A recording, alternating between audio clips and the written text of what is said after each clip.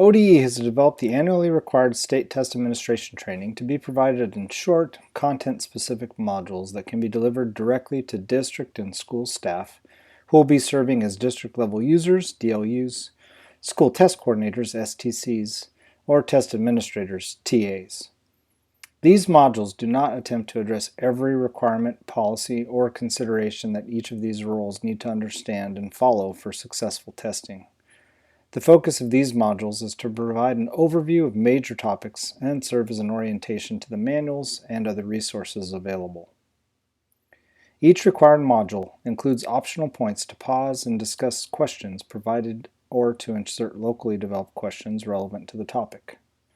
These slides are indicated by a blank slide layout with a Q&A discussion as the title, and may be edited for local use. These discussions should connect testing requirements to local context, as well as allow for clarification during training, thereby incorporating the Q&A requirement referenced in the TAM. ODE has also developed optional one-page facilitation guides to accompany each module. These facilitation guides are intended to provide a high-level summary of the topics included in each required module and connect these topics to additional supplemental resources that support best practices for testing. Also, appropriate places to insert into the training modules references to local policies or procedures are indicated in the notes of the PowerPoint presentation version of each module, as well as the facilitation guide.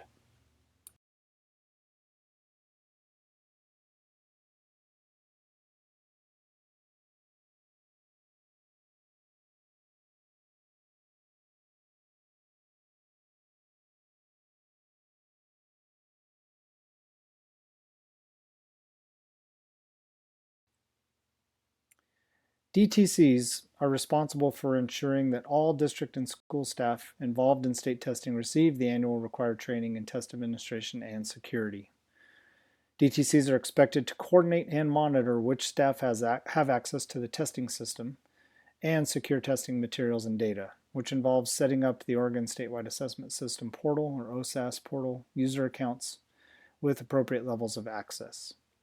Testing logistics handled by the DTC include tasks such as coordinating district and school-imposed test windows, considering the maintenance of secure storage and distribution of paper test materials, and coordinating with the local network administrator or IT department to ensure technical requirements are met for testing.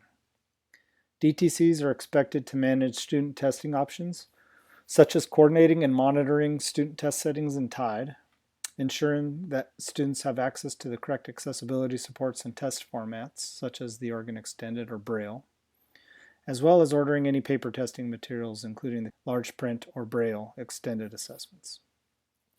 DTCs are encouraged to work with other district administrators and staff to develop and implement formal procedures for handling student crisis response papers in a timely manner. ODE can provide resources that can support districts in meeting this expectation upon request. It is the sole responsibility of district test coordinators to investigate and report testing improprieties and irregularities to ODE Test Security. Improprieties and irregularities will be covered in more depth in Module 4, Test Security. The DTC is the official district point of contact with ODE, but each DTC may appoint one or more district-level users to assist with these duties.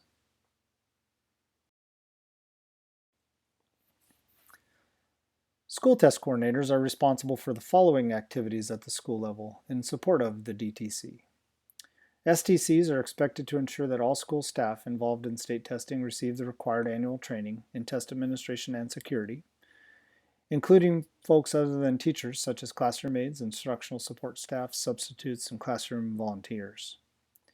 As the primary point of contact for testing at each school, the STC is expected to monitor student progress during testing and to ensure adequate documentation is obtained from the parent or guardian choosing to opt their child or children out of required state testing.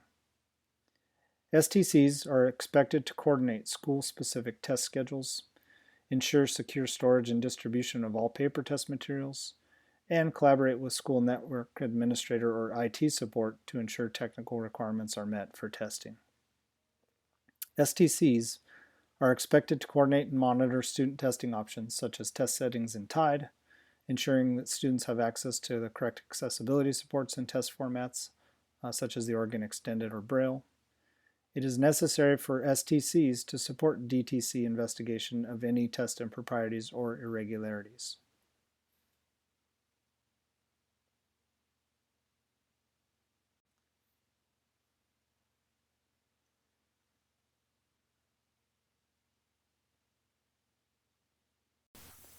One of the most important roles of the DTC is to ensure that all school test coordinators and test administrators are trained annually.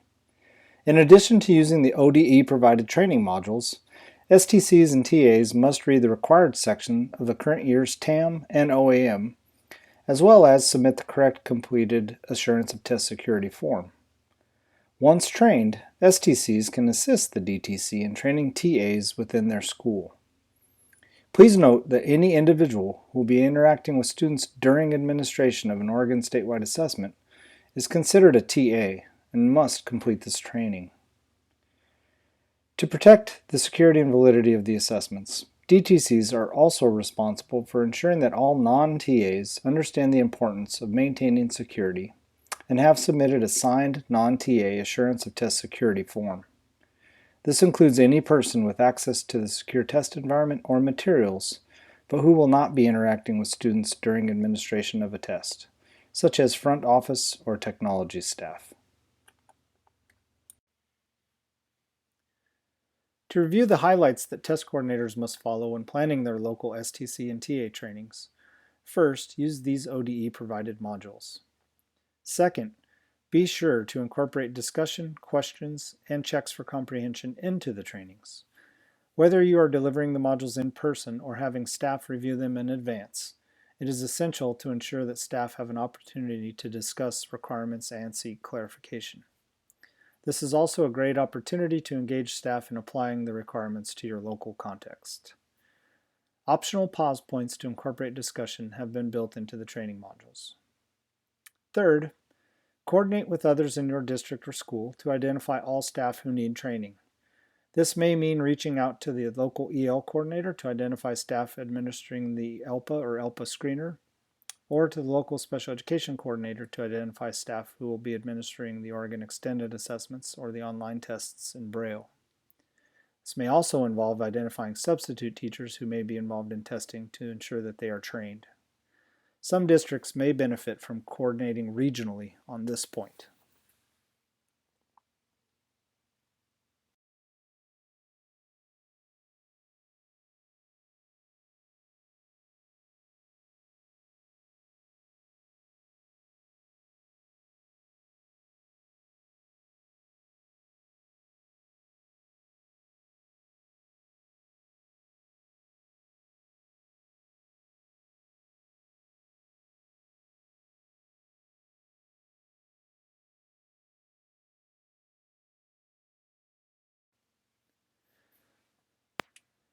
Although the minimal required components for the annual training are established in the TAM, facilitation of those components may be locally determined. Some DTCs have reported that incorporating independent study time for added flexibility has proven to be successful. Establishing a system to track which staff have received training and submitted a signed assurance form is useful, regardless of the number of staff. Test coordinators may only grant OSAS portal user accounts after staff have completed the training requirements. Anticipate how to handle makeup trainings to account for new hires, unanticipated substitutes, or volunteers. If the training is completed before winter break, provide a refresher or supplemental resources just before the start of each testing window. You can find these and other training facilitation tips in the TA Training Promising Practices document available at the link at the bottom of this slide.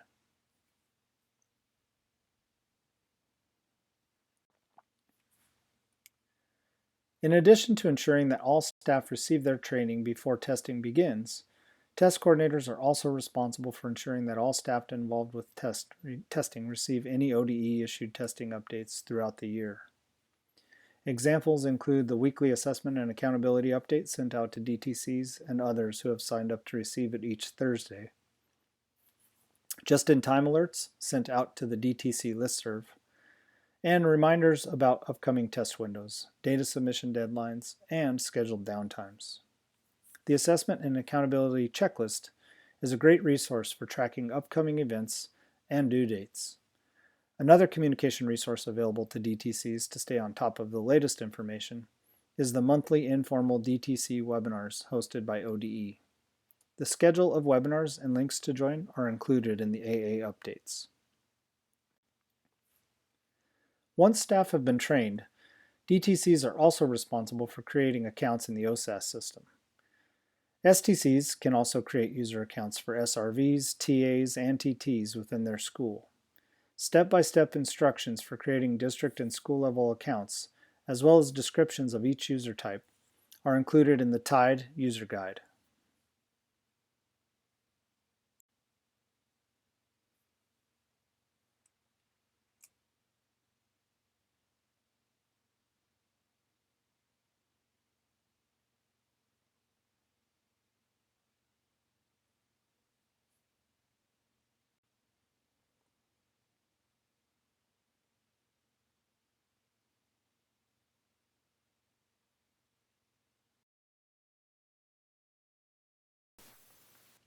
Here is an overview of the statewide test schedule. The complete statewide schedule for the current school year can be found in Appendix A of the TAM and is also linked from ODE's Student Assessment webpage. All district and school testing windows must fall within the statewide testing windows.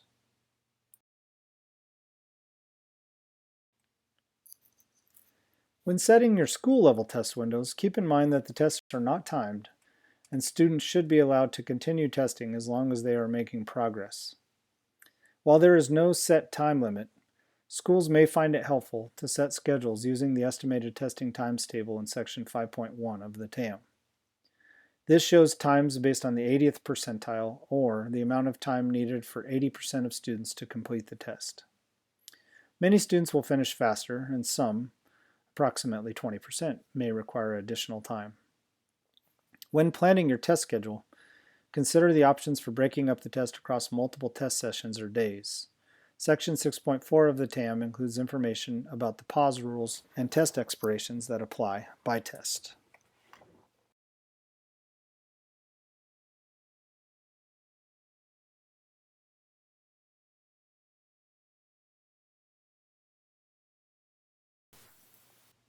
As an optional tool, TIDE will enable DTCs, DLUs, or STCs to set school-level test windows by grade and subject. Shown on the slide is a mock-up of the tool. This optional tool can be helpful in preventing TAs from inadvertently including incorrect tests in testing sessions and approving students to start the wrong test.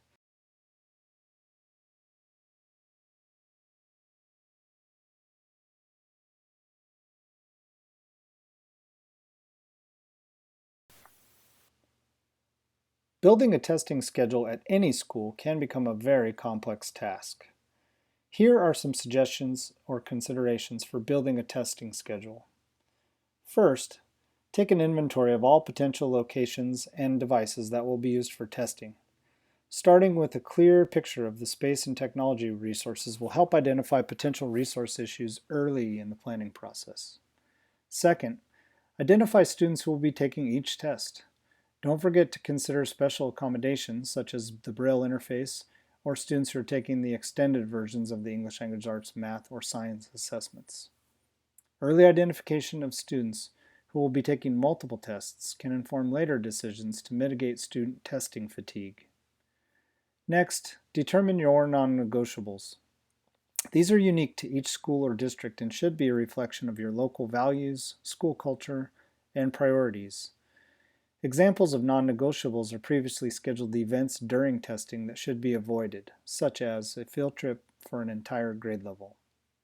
The preferred sequence of grade levels and tests, after taking into consideration the recommendations provided in the TAM, may differ depending upon the grade configuration of your school or district. The days of the week and time of the day that testing will be held, such as avoiding Fridays or testing only in the mornings, should be decided up front. Schedule format could be scheduled to the minute or be very flexible, and should align with established local practices. As the testing schedule begins to take shape, build in makeup sessions throughout testing. Waiting until the end of the testing window is not a best practice and may put completing performance tasks at risk. Anticipate and plan for schedule adjustment processes so that alterations can be made during testing when necessary with minimal disruption. Finally, don't forget to include plans to communicate the testing schedule to staff, students, and the community.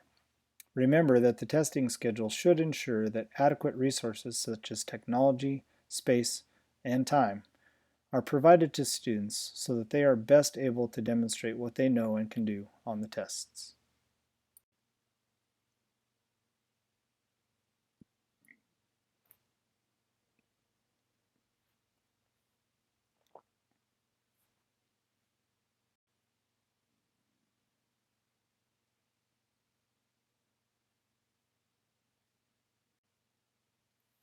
Test coordinators are also responsible for identifying which students need to target up to a higher grade level.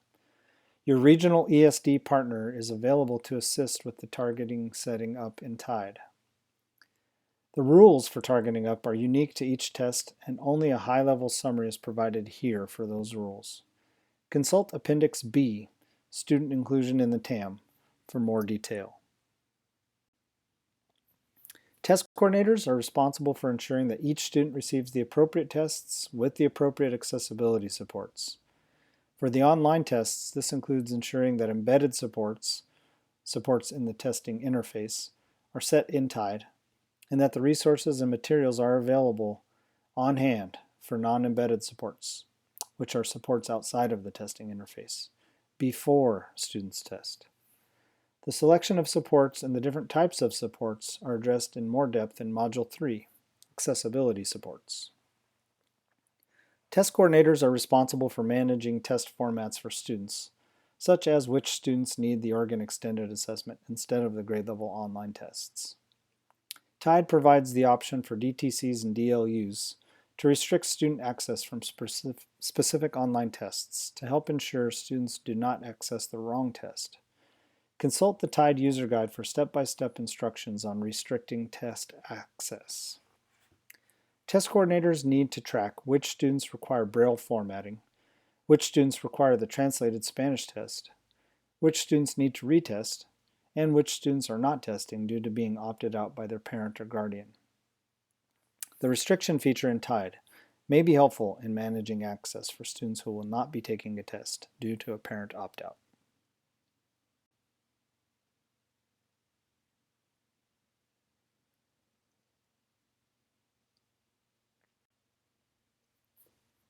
All official participation calculations are based upon all students enrolled on the first instructional day in May, regardless of where or when the test was administered.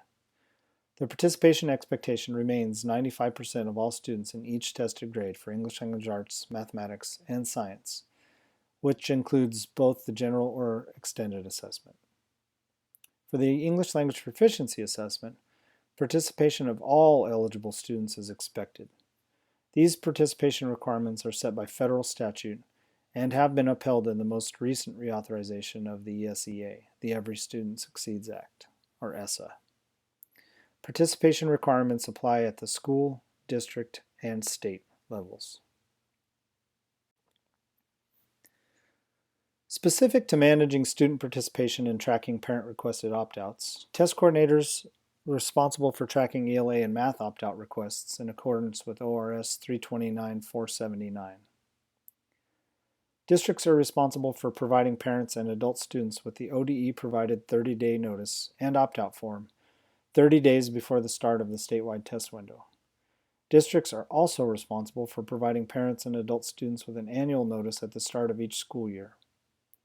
Both the annual notice and the combined 30-day notice opt-out form are posted on ODE's website at the link shown at the bottom of the slide. Section 5.3 in the TAM includes guidance on appropriate communication protocols. Test coordinators are responsible for ensuring that all opt-out forms received are appropriately documented, implementing a process to ensure that these students do not test accidentally, such as blocking students in TIDE, and entering admin code X in student-centered staging during validation. OAR 166-400-0010 governs the record retention requirements for school districts. Section 46 requires that test administration records, which includes related documentation such as opt-out forms, be retained for a minimum of 3 years after the school year in which the records were created. As a reminder, parent requests for exemption from science and ELPA summative may only be approved on the basis of the student's disability or religion, consistent with OAR 581-021-0009. The state-developed opt-out form required by ORS 329.479 does not apply to these assessments.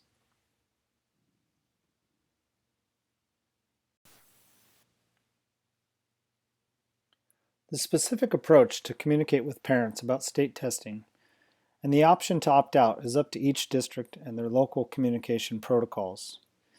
ODE has posted a variety of resources to support districts in these conversations through a communications toolkit, available at the link provided at the bottom of this slide. In particular, districts might find the fact sheet, key messages, and sample parent letter and robocall script helpful in planning their communication strategies. All resources are available in both English and Spanish.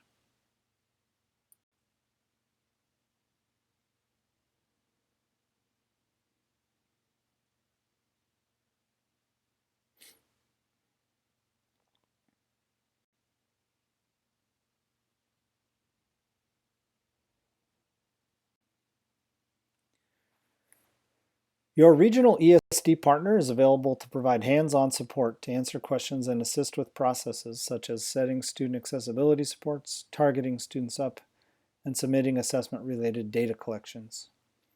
Contact information for the regional ESD partners for all 3 regions can be found using the link provided on this slide. In addition to the regional ESD partners, listed here are the ODE contacts available to answer questions regarding test administration, security, accessibility, and reporting.